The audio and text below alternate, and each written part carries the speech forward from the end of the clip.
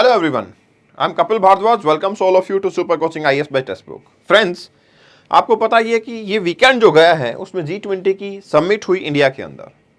तो आज हम G20 के बारे में सब कुछ जानने की कोशिश करेंगे जो आपके एग्जाम के पर्सपेक्टिव से आपको जरूरी है। G20 हिस्ट्री में भी, प्रेजेंट में और फ्यूचर में कैसा रहने वाला है, क्या आउटकम्स रहने वाले हैं, आपके एग्जाम के हिसाब से क्या क्वेश्चन ऐसे उठ सकते हैं जो आपसे पूछे जाएंगे और इंपॉर्टेंट, इन सब के बारे में हम डिस्कशन करेंगे।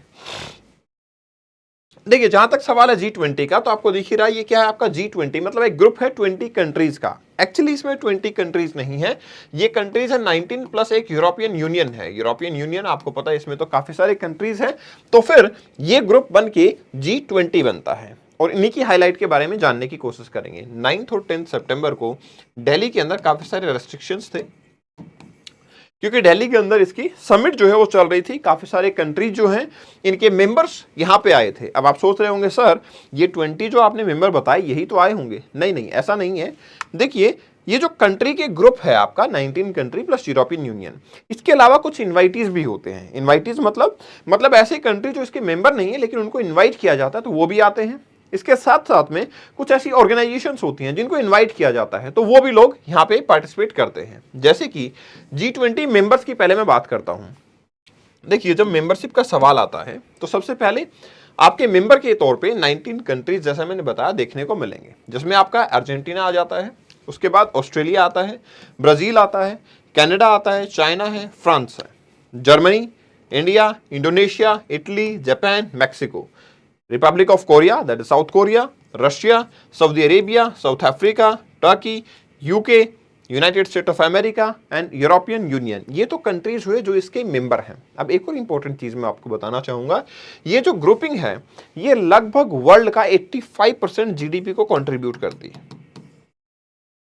मतलब ये कितनी बड़ी है उसके बारे में अगर हम बात करें तो ये लगभग वर्ल्ड के 85% जीडीपी को पोजेस करती है, 75% वर्ल्ड के ट्रेड को पोजेस करती है और लगभग वर्ल्ड की 2/3 पॉपुलेशन को ये रिप्रेजेंट करती है। तो मतलब ये जो ग्रुप है it is such a big group जिसमें आपको 85% वर्ल्ड का जीडीपी देखने को मिलेगा, 75% ट्रेड देखने को मिलेगा एंड ऑलमोस्ट 2/3 वर्ल्ड की पॉपुलेशन जो है आपका वो इस ग्रुप की कंट्रीज के अंदर रहती हुई नजर आती है आपको। अब कुछ ऐसे इन्वाइटीज है जैसे कि बांग्लादेश को भी बुलाया गया था। आपने एक पिक्चर भी देखी होगी जिसमें यूके के प्राइम मिनिस्टर जो हैं वो बांग्लादेश की पीएम के साथ में कुछ बातचीत करते हुए नजर आते हैं, सिटिंग ऑन चेयर, और वो अपने फ्लोर पे ही बैठे। तो काफी एक अच्छी पिक्चर है ये। लेकिन स्टिल आप बांग्लादेश इन्वाइटीज में आते हैं, Egypt, Mauritius, Netherlands, Nigeria, Oman, Singapore, Spain and UAE, ये इन्वाइटीज थे। अब इन्वाइटीज में सिर्फ ऐसा नहीं है कि आपके मेंबर कंट्रीज हैं, इसके अलावा कुछ ऑर्गेनाइजेशन जैसे कि United nation, IMF, world bank, WHO, WTO, ILO, तो इन सब को भी साथ में ही आपका इनवाइट किया गया था। होता क्या है, देखो ये ऑर्गेनाइजेशन जो है ये ग्लोबल प्लेटफॉर्म है और ग्लोबल प्लेटफॉर्म होते हैं सबके वेलफेयर के लिए। तो डेफिनेटली अगर G20 जैसे ग्रुप जिसमें कि 85% वर्ल्ड का जीडीपी आता है, 2/3 वर्ल्ड की पॉपुलेशन आती है, तो डेफिनेट सी बात है वर्ल्ड की जो एमिनेंट ऑर्गेनाइजेशंस है जो सबका वेलफेयर के लिए काम करती हैं वो इस मीटिंग में होने बहुत जरूरी है ताकि अच्छे डिसीजन लिए जा सके और उनके जो भी नीड है उनको फुलफिल किया जा सके, ताकि हम वर्ल्ड को यूनाइटेड बना सकें। और वर्ल्ड को यूनाइटेड बनाने का तरीका, या मैं क्यों बात कर रहा हूं बेसिकली, उसका कारण भी एक और है, वो आपको इसकी थीम में बताऊंगा कि एक्चुअली G20 की समिट जो हुई उसमें थीम क्या थी, उसके ऊपर मैं आता हूं, फिर मैं डिस्कस करूंगा कि एक्चुअली हमारा मोटिव इसके पीछे क्या था। तो देखिए, तो हमने सिंपली पता लग गया कि it is 20 countries, group of 20 adopted new Delhi leader summit. अब ये क्या होती है? अब ये जो 20 कंट्रीज थे आपके, या फिर मैं बोलूं 19 प्लस यूरोपियन यूनियन जो थे, उन्होंने new Delhi leader summit declaration को अडॉप्ट किया। अब ये क्या होती है? देखो, होता ये है कि G20 की समिट हर साल होती है और हर साल कोई ना कोई कंट्री इसका प्रेसिडेंट होता है। जैसे इस बार इंडिया है। अब इंडिया की प्रेसिडेंटशिप के अंदर इंडिया एक डिक्लेरेशन बनाता है जिसमें लिखा होता है कि इस बार G20 की समिट हम अगले 1 साल तक क्या क्या टारगेट करने वाले हैं, हमारा मोटिव क्या होगा, हम किस डायरेक्शन में काम करेंगे, हमारा वर्क करने का तरीका क्या होगा, ये सब चीजें उसके अंदर लिखी होती हैं। अब ये बनाता कौन है? ऑब्वियसली हमारे जो ऑफिसर्स हैं, जब आप आईएएस बन जाओगे तो आप भी इसमें पार्टिसिपेट करोगे, वो लोग मिलकर इसको बनाते हैं और फिर कंट्रीज के पास ये लेके जाया जाता है, मतलब वोटिंग करवाई जाती है, बताया जाता है कि देखो ये डॉक्यूमेंट है, ऐसे ऐसे हमें काम करना है। अगर सारे कंट्रीज पे एग्री होते हैं तो फिर इस पे साइन कर दिया जाता है। हालांकि मेजोरिटी से पास होता है, लेकिन इस बार एक सबसे डिफरेंट जो चीज देखने को मिली, पिछली 17 मीटिंग और भी हो चुकी हैं, क्योंकि 1999 में G20 सामने आया था, तब से 17 मीटिंग्स हो चुकी हैं, किसी किसी कारण से बीच में मीटिंग नहीं हुई। लेकिन सबसे इंपॉर्टेंट ये है कि इस बार जो कंट्रीज थे उसमें 100% एग्रीमेंट जो है आपका, वो न्यू दिल्ली लीडरशिप समिट के ऊपर देखने को मिला। पोस्ट अडॉप्शन क्या किया जाता है, जो गवर्नमेंट है वो अपनी प्रेस कॉन्फ्रेंस रखती है और जो भी ब्रीफिंग है उसको हाईलाइट किया जाता है। जैसे इंडिया प्रेसिडेंटशिप में था तो इंडिया के अंदर प्रेस कॉन्फ्रेंस रखी गई और इंडिया के जो लीडरशिप हैं उन्होंने पूरी प्रेस कॉन्फ्रेंस में ये हाईलाइट करके बताया कि देखिए ये चीजें हैं जिसके ऊपर हम काम करने वाले हैं, और डेफिनेटली मैं उनको भी आपके साथ डिस्कस करूंगा। 5 इंपॉर्टेंट पॉइंट हैं जिनको मैं डिस्कस करूंगा, 5 एजेंडा रखे गए थे यहाँ पे, उनको मैं यहाँ आपके साथ में डिस्कस करने वाला हूं। अब देखिए कुछ और G20 के बारे में अगर मैं बताऊं आपको, तो G20 समिट जो है एनुअली होती है। सबसे पहले तो ये याद रखेंगे आप, एनुअली चलता है और यहाँ पे प्रेसिडेंटशिप जो है वो आपका एक एक साल के बेसिस पे रहती है, तो ये रोटेट होती चलती चली जाती है। ठीक है, रोटेट होती रहती है प्रेसिडेंटशिप। जैसे कि यहाँ पे होगा क्या क्या G20 का, जैसे IMF का एक अपना सेक्रेटेरिएट है, वर्ल्ड बैंक का अपना अलग से है, तो क्या G20 का भी कोई सेक्रेटेरिएट देखने को मिलता है कहीं जिनेवा में, कहीं स्विट्जरलैंड में या कहीं ऐसा? तो ऐसा कुछ भी नहीं है। G20 का ऐसा कोई हेडक्वार्टर नहीं है।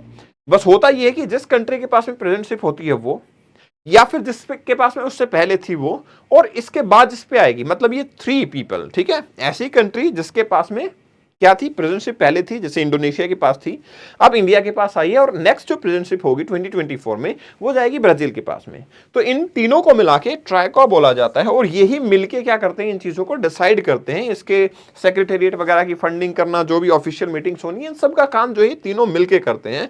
तो इस बार ये तीनों कंट्रीज की अगर मैं बात करूं तो ये कौन कौन है, इंडोनेशिया से तो प्रेसिडेंटशिप आई है, किसके पास आ गई है, अब इंडिया के पास, और नेक्स्ट किसके पास जाएगी, आपके पास ब्राजील के पास। तो ये याद रखना, ये बहुत ही इंपॉर्टेंट है कि पहले प्रेसिडेंटशिप थी इंडोनेशिया के पास, फिर इंडिया के पास आ गई है। अभी 2023 के अंदर दिसंबर 2022 में India become the president of G20, और ये चलेगा अब बेसिकली दिसंबर 2024 के अंदर ब्राजील जो है वो अपने से टेक ओवर कर लेगा प्रेसिडेंटशिप को। तो ये ट्राइको बन गया, और यही अपनी समिट का सारा कुछ जो सेक्रेटेरिएट वगैरह का जो सिचुएशन है उसको ये सॉल्व करते हैं। क्वाइट सिंपल, अंडरस्टैंड कर सकते हैं। ठीक है, नेक्स्ट चीज इंपॉर्टेंट क्या है, अब ऐसा नहीं होता कि G20 की एक ही समिट होती है कि सर न्यू दिल्ली में हुई 9 और 10 सितंबर को और बात खत्म हो गई। नहीं, इससे पहले भी आपने काफी बार सुना होगा, 2022 से लेकर फरवरी 2023 तक भी आपका खजुराहो में, जोधपुर में, इंदौर में, गुवाहाटी में, चेन्नई में, चंडीगढ़ में, अलग अलग एरियाज के अंदर आपकी समिट हुई है, जिसके अंदर अलग अलग समिट का लेवल देखने को मिलता है, sometime cultural, sometime financial, sometime so on. लेकिन जो डिक्लेरेशन है, जिसकी मेन मीटिंग अब हुई है, जिसमें न्यू दिल्ली डिक्लेरेशन को अडॉप्ट किया गया, जिसका कि बताया जाएगा कि मेन एजेंडा जो है वो हम किसके ऊपर काम करने वाले हैं, या फिर एक मेन जो हमारा पावर जो है वो ड्राइव होगी, वो किसी न किसी लेवल पे तो चैनलाइज होनी चाहिए। वो चैनलाइजेशन जो है वो आपका 9 और 10 सितंबर को किया गया है। अब इंपॉर्टेंट क्या है कि ठीक है सर मीटिंग हुई है, अब आप हमें ये बताइए इस मीटिंग की थीम क्या थी, क्योंकि सबसे अब मोटिव अगर है कुछ तो क्या है। देखो थीम ये थी, 1 अर्थ 1 फैमिली 1 फ्यूचर। मतलब ये हुआ कि हम ग्लोब को क्या मानेंगे, ग्लोब को यूनाइटेड माने, सभी लोग चाहे वो इंडिया के सिटीजन हैं या नहीं है, लेकिन उनके अपने कुछ राइट्स हैं जिसको हमें प्रोटेक्ट करना चाहिए। मतलब हम सब ह्यूमन रेस के बारे में बात करें, हम किसी भी लेवल पे ये बात ना करें कि इंडिविजुअलिज्म नहीं होना चाहिए। मतलब ऐसा नहीं कि सिर्फ हम इंडिया के डेवलपमेंट के बारे में बात कर रहे हैं, हम चाहते हैं इंडिया जो है पावरफुल हो जाए, बाकी सारी कंट्री जैसे, ये नहीं होना चाहिए। होना क्या चाहिए, 1 अर्थ 1 फैमिली 1 फ्यूचर। और इसके कारण भी हैं, देखिए हमारी लाइफ जो है एक दूसरे पे बहुत डिपेंडेंट है। आप अच्छे से रह सकते हैं जब आपका पड़ोसी अच्छे से रहता है। अगर पड़ोसी शराब पीता है तो आप अच्छे से नहीं रह सकते। You know very well, India के बॉर्डर तभी शांत होंगे जब पाकिस्तान शांत है, चाइना शांत है। तो मतलब इंपॉर्टेंट हो गया है कि पूरे देश का डेवलपमेंट तभी हो पाएगा जब वर्ल्ड का डेवलपमेंट होगा। पूरे एनवायरनमेंट को, ग्लोबल क्लाइमेट चेंज को तभी प्रोटेक्ट कर पाएंगे जब सभी लोग मिलकर स्टेप लेंगे। तो नेसेसरी ये हो जाता है कि हम मिलकर स्टेप लेंगे, इसलिए थीम रखी गई है 1 अर्थ 1 फैमिली 1 फ्यूचर। दिसंबर 1 2022, जैसा मैंने बताया कि यहाँ पे ये वो टाइम था जब इंडिया ने प्रेसिडेंटशिप को होल्ड किया था। इससे पहले 17 प्रेसिडेंटशिप और रह चुकी हैं, जो कि आपके 1999 से चलता हुआ जा रहा था। तो basically it's a great achievement. और काफी सारे लीडर जैसे मनमोहन सिंह जी काफी इंटेलिजेंट लीडर हैं, उन्होंने तो ये भी कमेंट किया कि आई एम वेरी डिलाइटफुल कि मेरे रहते रहते इंडिया को प्रेसिडेंटशिप G20 की मिली। मैंने देखा कि किस तरीके से हम चीज़ों को अपनी लीडरशिप के तौर पे बेसिकली अनुभव कर सकते हैं। ठीक है, अब देखो ये जो वर्ड था ना आपका, one earth, one family, one future, ये एक शॉर्ट वर्ड में वसुदेव कुटुंबकम के नाम से जाना गया है। अब ये वर्ड आया कहां से? ये महाउपनिषद से इंस्पायर्ड वर्ड है। ये एक ओल्ड संस्कृत लैंग्वेज का स्क्रिप्ट है जहां से ये वर्ड जो है आपका देखने को मिला है। और इसका मतलब क्या होता है? इसका मतलब सिंपल सा ये है कि जो थीम है वो इंपॉर्टेंस बताती है ऑल लाइफ की, ह्यूमंस की, एनिमल्स की, प्लांट की, माइक्रो ऑर्गेनिजम्स की, as well as interdependence on earth across the universe. ऐसा नहीं है कि आप सोचते हो कि सर टाइगर को क्यों ही कंजर्व करना है, क्यों T-2 प्रोग्राम चला रहे हैं, इतना सारा पैसा लगा रहे हैं। ऐसा नहीं है, हमारी जो लाइफ है वो इंटरडिपेंडेंट होती है। We are dependent on others and others are dependent on us. और सिर्फ ये ह्यूमन रेस की बात नहीं है, ये सिर्फ एक कंट्री से दूसरी कंट्री की बात नहीं है, ये सब लिविंग क्रिएचर्स की बात है जो अर्थ के ऊपर है। तो यहाँ पे आपकी वो लिविंग क्रिएचर देखने को मिलते हैं। Theme also exemplify life, life मतलब लाइफस्टाइल फॉर एनवायरमेंट। क्योंकि देखो इंपॉर्टेंट ये है कि वसुदैव कुटुंबकम तभी पॉसिबल हो पाएगा जब हम एनवायरमेंट को ध्यान में रखेंगे, एनवायरमेंट की जो इंपॉर्टेंस है उसको हम कम नहीं होने देंगे, then only it will become possible. तो आपके जो सस्टेनेबल डेवलपमेंट गोल है इन पे स्पेसिफिकली फोकस किया गया है आपके दिल्ली डिक्लेरेशन के अंदर कि सस्टेनेबल डेवलपमेंट गोल जो है उनको डेफिनेटली बाय 2030 हमें ये अचीव करने हैं। तो हम 17 के 17 एसडीजी के ऊपर फोकस करेंगे और अचीव करने की इसको कोशिश करेंगे। तो सस्टेनेबल जो लाइफ है, आपको एनवायरमेंट को जो सस्टेनेबल बनाना है, वो हम इंडिविजुअल लेवल पे, नेशनल लेवल पे, आपके इंटरनेशनल लेवल पे जो भी एफर्ट होंगे, डेफिनेटली सभी कंट्रीज को आगे आना चाहिए और एफर्ट करने चाहिए। ठीक है, G20 की जो प्रेसिडेंसी है, अब अच्छी चीज ये भी है कि ये इंडिया के अमृतकाल पे ओवरलैप हुई है। अमृतकाल क्या है? 75 ईयर्स हमें इंडिपेंडेंट हुए हो गए थे 15 अगस्त 2022 को। मतलब लास्ट के जो 25 साल हैं वो अमृतकाल पीरियड माना जाता है। तो उस अमृतकाल के अंदर हमारे पास ये प्रेसिडेंसी जो है वो देखने को मिल चुकी है। आपको पता होगा, जैसा मैंने पहले भी बताया कि 19 कंट्रीज यूरोपियन यूनियन ये 1999 में एस्टैब्लिश किया गया। तो एक ऐसा प्लेटफॉर्म था जिसपे सबसे पहले पता क्या फोकस किया गया था? फाइनेंस मिनिस्टर्स को, कि भाई हम सभी कंट्रीज के ये ग्रुपिंग के जितने भी फाइनेंस मिनिस्टर्स होंगे, जो आपके सेंट्रल बैंक गवर्नर्स होंगे, वो मीटिंग किया करेंगे और हम एक फाइनेंशियल लुक्रेटिव डिसीजन लेंगे ताकि ग्रोथ फॉर ऑल एंश्योर कर सकें। तो मतलब ग्रोथ एक मोटिव यहां पे हुआ करता था, लेकिन आज ये जो मोटिव है ये एक्सपेंड होके मल्टी डायमेंशनल बन चुका है।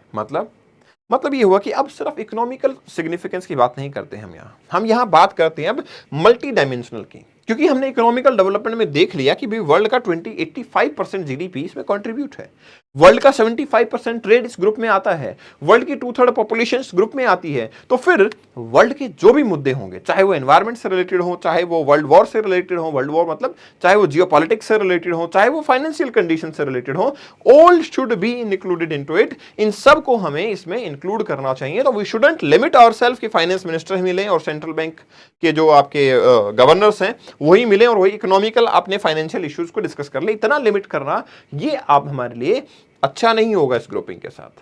अब इंपॉर्टेंट है कि G20 की क्या प्रायोरिटीज रही। जैसा मैंने बताया आपको, मैं आपको 5 प्रायोरिटीज के बारे में बताऊंगा। ये बात करेंगे हम कि 5 ऐसी क्या प्रायोरिटीज के ऊपर फोकस किया गया। भाई जो एजेंडा हमने डिस्कस किया, जो दिल्ली में दिया गया और सभी ने एडमिट कर लिया, तो कुछ तो एजेंडा होगा। देखिए एजेंडा के अंदर एक तो है green development, climate financing and life. ठीक है, ग्रीन डेवलपमेंट मतलब क्या हुआ? हमारे क्लाइमेट चेंज के ऊपर हमारा स्पेसिफिक फोकस होगा। और क्लाइमेट चेंज की जो चीजें हैं उसको हम 2 तरीके से यहां स्पेसिफिकली बोला गया है। तो क्लाइमेट फाइनेंसिंग मतलब United nation framework convention on climate change, ऐसी ऑर्गेनाइजेशन है। ये क्या करती है? ये क्लाइमेट चेंज के लिए कुछ स्टेप लेती है। ठीक है, अब स्टेप लेती है, ये कन्वेंशन कुछ काम करती है, तो ऑब्वियसली इसको फंड की रिक्वायरमेंट होगी। तो एक तो क्लाइमेटिक फंडिंग कभी भी रुकनी नहीं चाहिए। दूसरा, देखिए क्लाइमेट का सोल्यूशन ये नहीं होता, क्लाइमेट चेंज का सोल्यूशन ये नहीं होता कि हर एक फैक्ट्री है, कंपनी, उसको बंद कर दो, पोल्यूशन खत्म हो जाएगा, बात खत्म हो जाएगी, हम प्रोटेक्ट हो जाएंगे। ऐसा नहीं है।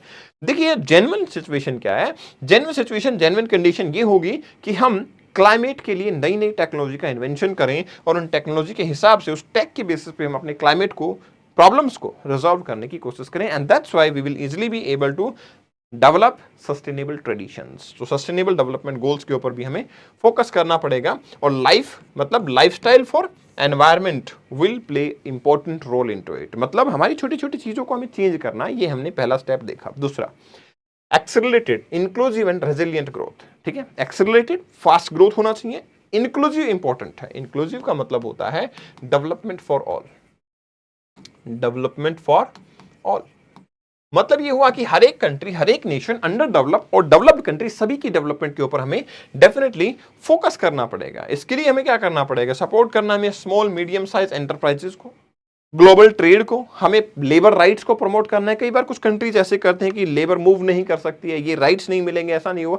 हमें एक ग्लोबलाइज वर्ल्ड बनाना है जिसमें हमें एक एग्रीकल्चर की वैल्यू चेन पे फोकस करना, हमने फूड सिस्टम के ऊपर फोकस करना, हंगर इंडेक्स के ऊपर फोकस करना। तो we have to grow in inclusive way. Inclusive का मतलब सभी को इंक्लूड करना है और सभी पैरामीटर्स को इंक्लूड करना है। सिर्फ इकोनॉमिक डेवलपमेंट अच्छी नहीं होती, एनवायरमेंट भी इंपॉर्टेंट है, फूड भी इंपॉर्टेंट है। फिर क्या होगा? Accelerating the progress on sustainable development. जैसा मैंने बताया कि सस्टेनेबल डेवलपमेंट गोल्स जो हैं they are need to be achieved by 2030।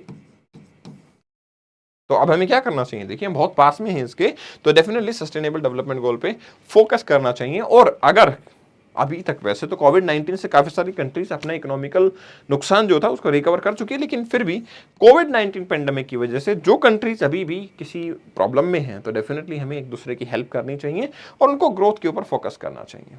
Technological transformation and digital public infrastructure, जैसा मैंने बताया कि tech is the only solution, tech ही एक सॉल्यूशन है। तो डेफिनेटली हमें क्या करना चाहिए? ह्यूमन सेंट्रिक अप्रोच से टेक्नोलॉजी को यूज करना चाहिए। आर्टिफिशियल इंटेलिजेंस आ गया है, नैनो टेक्नोलॉजी आ गया है, नैनो एग्रीकल्चर आ गया है, नैनो यूरिया आ गया है। मतलब ये हुआ कि जैसे ग्रीन रिवोल्यूशन आया था, फूड प्रोडक्शन थी, लेकिन प्रॉब्लम भी आई। तो अब हमें ह्यूमन सेंट्रिक जो है टेक्नोलॉजी के ऊपर फोकस करना पड़ेगा। और दूसरा देखिए, करप्शन, मिडल मैन, इनको रिमूव करना बहुत जरूरी है, इसलिए डिजिटल इंफ्रास्ट्रक्चर का होना बहुत जरूरी है, टेक इनेबल डेवलपमेंट होना बहुत जरूरी है। और फिर multilateral institution of 21st century.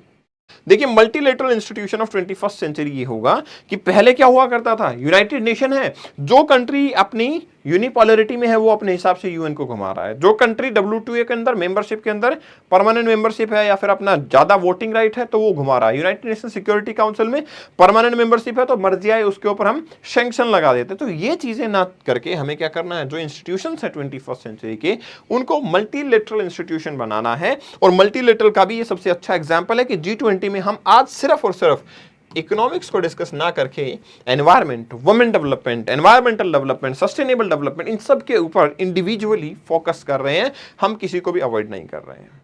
फिर वुमेन लेड डेवलपमेंट, यस ये बहुत इंपॉर्टेंट पिलर था, वुमेन लेड डेवलपमेंट की जो सोशियो इकोनॉमिक डेवलपमेंट है, SDG भी हमारा टारगेट है, तो हमें वुमेन की एम्पावरमेंट के ऊपर फोकस करना चाहिए। वुमेन एम्पावरमेंट का मैं आपको एक एग्जांपल भी दूंगा इसके अंदर, जो आपको यहां देखने को मिल जाएगा। दूसरा, फाइनेंस मिनिस्टर जो हमारे सीतारमण जी हैं, उन्होंने G20 की प्रेसिडेंसी को, बेसिकली आउटकम्स को कुछ एक कॉम्प्रिहेंसिव वे में डिफाइन किया है, जिसमें से इन्होंने कुछ पॉइंट्स दिए हैं। क्या पॉइंट्स हैं?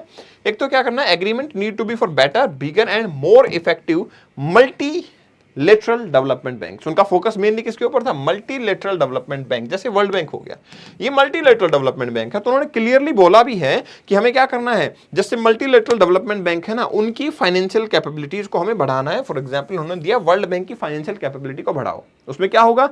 उसमें होगा ये कि देखो, वर्ल्ड बैंक के पास अगर ज्यादा पैसा हुआ तो ऑब्वियसली जो कंट्री नीड में है, जो कंट्री कई बार डिप्रेशन में है, तो वर्ल्ड बैंक एप्रोप्रिएट रेगुलेशंस के साथ में उनको अपनी हेल्प जो है वो बड़ी आसानी से कर पाएगा। और यहां पे साफ साफ बोला गया था G20 की सबमिट में, रोड मैप में, कि हमें करना ये है कि हमें इनको फ्री हैंड देना है। ठीक है, फ्री हैंड हमें इनको दे देना है, ताकि क्या हो सके, ये किसी कंट्री की कठपुतली बन के ना रहे, किसी कंट्री की पपेट बन के ना रहे। तो वो हमें इसके ऊपर डेफिनेटली फोकस करना है। और क्या करना है आपका? पोटेंशियल एडिशनल लैंडिंग का करना है, $200 बिलियन तक हमें लैंडिंग जो है वो इंप्रूव कर देनी है। तो ये हमें अचीव करना है। पीएम मोदी जी ने अनाउंस किया न्यू दिल्ली कंसेंसस को, और इनके अंदर इन्होंने अनाउंसमेंट की कि दिल्ली डिक्लेरेशन जो है वो बेसिकली किया जाए। और एक इंपॉर्टेंट चीज थी कि सारे वर्ल्ड की निगाहें थी रशिया यूक्रेन वॉर के ऊपर, कि भाई क्या G20 के अंदर जो रशिया यूक्रेन वॉर चल रहा है उसके ऊपर कुछ बोला जाएगा। ठीक है, तो देखो G20 नो डाउट हमारी अपनी प्रेजेंटशिप थी, इंडिया की प्रेजेंटशिप थी, and you know very well कि देखिए किसी भी कंट्री के अंदर अगर बात करें तो रशिया के रिलेशन हमसे काफ़ी अच्छे हैं। तो ऐसा नहीं है कि इंडिया ने इस चीज़ को बिल्कुल ही साइड कर दिया। इंडिया ने फोकस किया इसके ऊपर, कुछ सिंबल दिए, इशारे दिए, लेकिन सॉफ्ट इशारे जो है इसके ऊपर दिए गए। डायरेक्टली जो है इसके ऊपर कोई भी ऐसा कमेंट नहीं किया गया रशिया यूक्रेन वॉर के ऊपर। यहाँ पे बोला क्या गया? As a leader of G20 the premier global forum जो है आपका इंटरनेशनल इकोनॉमिक कॉर्पोरेशन का। तो यहाँ पे सिंपल ये किया गया कि भाई हम क्या करते हैं, अपनी कॉन्क्रीट पार्टनरशिप सबके साथ में रखते हैं, हम ये कमिट करते हैं स्ट्रॉन्ग, सस्टेनेबल और बैलेंस और इंक्लूसिव ग्रोथ के ऊपर हम डेफिनेटली फोकस करेंगे। फुल एंड इफेक्टिव इंप्लीमेंटेशन होगा सस्टेनेबल डेवलपमेंट गोल का, जो कि 2030 तक अचीव करने हैं। और हमें क्या करना है, मेडिकल काउंटर मेजर्स और फैसिलिटीज जो हैं वो सप्लाई की जाएंगी, इंप्रूव की जाएंगी और अफोर्डेबल भी बनाई जाएंगी, ठीक है ना। और फिर क्या करना है हमें, बेसिकली एक resilient growth by urgently and effective addressing the vulnerability in developing countries. की वनरेबिलिटी बच्चों की है, एजुकेशन सिस्टम की, हेल्थ सिस्टम की, उन सब के ऊपर हमने फोकस करना चाहिए। अब ये जो आपका ये जो आपकी डिक्लेरेशन था, ये क्या किया था, 4 Indian foreign services officer who burn their midnight oil और 100% कंसेंसस जो है एक हिस्टोरिकल अचीवमेंट रहा। कौन 4 ऑफिसर थे ये, अभय ठाकुर, आशीष सिन्हा, नागराज नायडू एंड कैकनूर, ओनली वन वोमेन, ठीक है ना, इनाम गंभीर। तो एक वुमेन थी इनमें। तो 4 ऑफिसर्स ने मिलके ये डिक्लेरेशन जो है वो तैयार की है और उसको साइन करवाया गया है। और अच्छी चीज़ ये थी कि हिस्टोरिकल अचीवमेंट ये थी कि 100% कंसेंसस हमें इसके ऊपर मिला है। हमने सभी कंट्रीज़ को सेटिस्फाई किया है कि भाई जो डिक्लेरेशन है, क्या आपकी भी नीड वही है और क्या आपका मानना भी वही है। अब इसके अंदर 5 की हाईलाइट एरिया। सबसे इंपॉर्टेंट चीज ये है कि जो अभी तक आप G20 सुनते आए हो ना, अब वो G20 नहीं G21 हो जाएगा। कैसे हो जाएगा, क्योंकि यहाँ पे आपकी जो अफ्रीका है, ठीक है, अफ्रीकन यूनियन जो है उसको आपका क्या कर दिया गया, परमानेंट मेंबरशिप दे दी गई है। तो अभी तक क्या था, 19+ में यूरोपियन यूनियन, अब क्या हो जाएगा, अफ्रीकन यूनियन भी इसमें आ गया है। तो अफ्रीकन यूनियन आ गया है तो इसका मतलब क्या हुआ, 21 पार्ट हो गए हैं इसके। G20 also adopted new Delhi leadership summit declaration, ठीक है, जो कि आपका पीसफुलनेस रेजोल्यूशन, इंटीग्रिटी, सोवरनिटी और आपका जो भी कॉन्फ्लिक्ट है, इसके ऊपर देखो यहाँ पे पीसफुल रेजोल्यूशन ऑफ कॉन्फ्लिक्ट के बारे में बात की गई है। समझ रहे हो, ये इशारा यहाँ पे पीसफुल जो आपका रेजोल्यूशन था उसके ऊपर डेफिनेटली फोकस किया गया, पिन पॉइंट किया गया। तो ये रशिया यूक्रेन वॉर की तरफ कहीं ना कहीं इशारा भी करता हुआ नजर आता है। G20 के अंदर क्या किया गया, US, UAE, Saudi Arabia, France, Germany और इटली, यूरोपियन यूनियन, ठीक है, इन्होंने एक मेमोरेंडम ऑफ अंडरस्टैंडिंग साइन किया जिसमें क्या किया गया, ये हिस्टोरिकल अचीवमेंट होगी। यहां पे हमने बोला गया कि middle east European economic corridor बनाया जाएगा, ठीक है। मतलब क्या होगा, India middle east Europe corridor बनाया जाएगा। ये कॉरिडोर जो है इकोनॉमिकल बूस्ट में काम आएगा, हमारी कनेक्टिविटी को बढ़ाएगा। अब इस पे बाइडेन ने का कहना है it is a game changing regional investment. अगर ये हो पाता है तो ये गेम चेंजिंग रीजनल इन्वेस्टमेंट होगी, ऐसा बाइडेन का कहना है। ब्रिटेन के साथ बातचीत करें तो इनके जो प्राइम मिनिस्टर हैं सोनक जी, उन्होंने बोला है कि हम 2 billion rupees, $2 billion basically green climate fund के अंदर डोनेट करेंगे, ताकि ग्रीन क्लाइमेट फंड जो है वो एक ऐसा फंड है जो कि वर्ल्ड का सबसे बड़ा फंड है dedicated to the climate, UN के अंदर में आता है। और इन्होंने 2 बिलियन डोनेट करने की बात की है ताकि क्लाइमेट के अंदर किसी भी टाइप की फंडिंग में कोई प्रॉब्लम जो है देखने को ना मिल सके। इंपॉर्टेंट चीज, 5वां पॉइंट, ये बहुत इंपॉर्टेंट है कि रशिया जो है उन्होंने प्रेज किया है G20 के अंदर, क्योंकि इनके जो शेरपा थे, शेरपा होते हैं जो फॉरेन ऑफिसर होते हैं जो यहाँ पे आके रिप्रेजेंट करते हैं, उन्होंने बोला है कि देखिए इंडिया ने बहुत ही बैलेंस तरीके से अपनी G20 के डिक्लेरेशन को प्रेजेंट किया है, सबमिट किया है और ये हमें अच्छा लगा है। Everything was reflected in the balanced form, ऐसा इनके शेरपा का कहना है, ठीक है। तो that is a good thing कि रशिया जो हमारी फ्रेंडशिप काफी अच्छी है वो भी डेफिनेटली इससे सेटिस्फाई है। तो ये G20 की समिट का पूरा सार है जो आपने देखा यहाँ पे। इस पीडीएफ को डाउनलोड कर सकते हैं आप, Kapil Bhardwaj for you, this is a Telegram channel, आप इस चैनल को ज्वाइन कर सकते हैं, यहाँ से पीडीएफ मिल जाएगा। Kapil Bhardwaj for you is the insta handle, आप मुझे यहाँ फॉलो कर सकते हैं, डायरेक्टली मुझसे बातचीत कर सकते हैं। All the very best, thanks a lot.